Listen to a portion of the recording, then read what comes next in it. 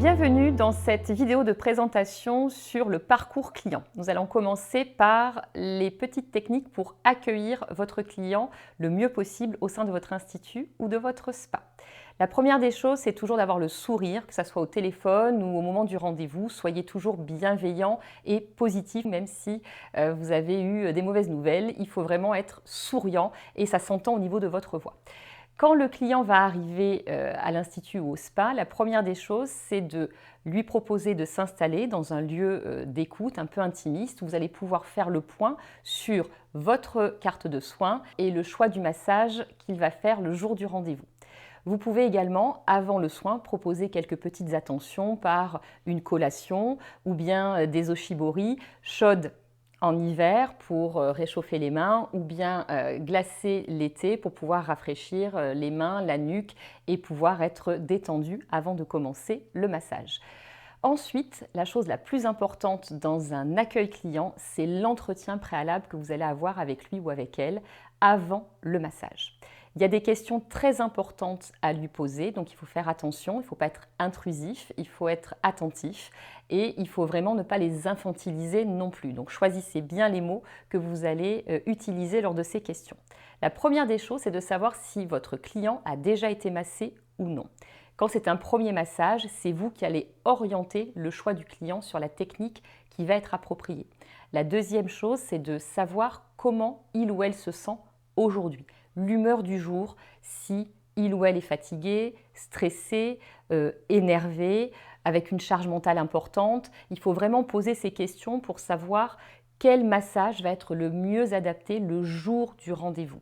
Ensuite, il faut savoir s'il y a des contre-indications médicales. Souvent, ils vous disent qu'ils n'en ont pas. C'est à vous de poser les questions.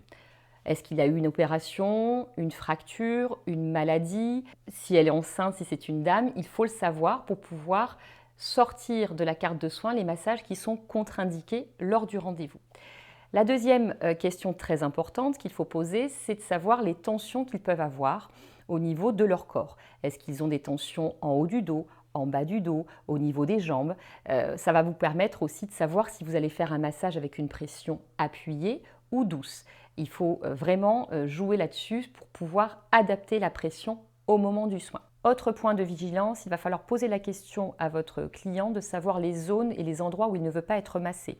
Ça peut être les pieds parce qu'il est chatouilleux, ça peut être les cheveux parce qu'il a un entretien où il reprend le travail juste après son soin chez vous. Donc pensez à bien le noter, c'est très important pour ne pas l'oublier quand vous allez être dans votre pratique, bercé par la musique et dans votre technique. N'oubliez pas les zones sur lesquelles le client ne veut pas que vous veniez travailler. Dernière chose, mais pas des moindres, il va falloir lui poser la question sur des allergies éventuelles et lui présenter les différentes huiles de massage avec les odeurs et les bienfaits. Vous devez connaître parfaitement vos compositions pour savoir les huiles essentielles ou les huiles végétales qui composent votre huile de massage. Voilà, je pense que j'ai fait le tour de toutes les questions très importantes à poser au moment de cet entretien préalable. Ça vous permet de choisir et de changer éventuellement le massage le jour du rendez-vous. Il faut faire la distinction entre ses attentes et ses besoins et c'est votre expertise qui va faire la différence. La cliente peut vous avoir dit « je choisis un massage suédois », donc un massage très appuyé en pression musculaire. Lors de l'entretien préalable, elle vous dit qu'elle est fatiguée, qu'elle est indisposée, qu'elle vient de reprendre le sport. Eh bien, elle ne pourra pas recevoir ce massage avec autant de pression, elle ne le supportera pas. C'est votre expertise qui va vous permettre de lui proposer un autre soin, un baliné qui va dynamiser et détendre les tensions musculaires ou un pierre chaude qui va amener l'élimination des toxines dues au sport ou aux tensions nerveuses. Avec tous ces conseils, votre accueil client va vraiment s'améliorer. Bonne pratique à tous!